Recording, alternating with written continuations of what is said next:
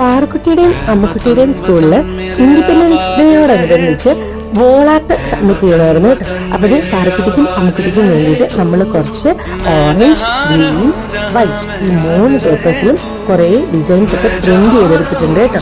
ഇത് പേപ്പർ നമ്മൾ വാങ്ങി പ്രിന്റ് നമ്മൾ വീട്ടിൽ നിന്ന് എടുക്കുകയാണ് കേട്ടോ.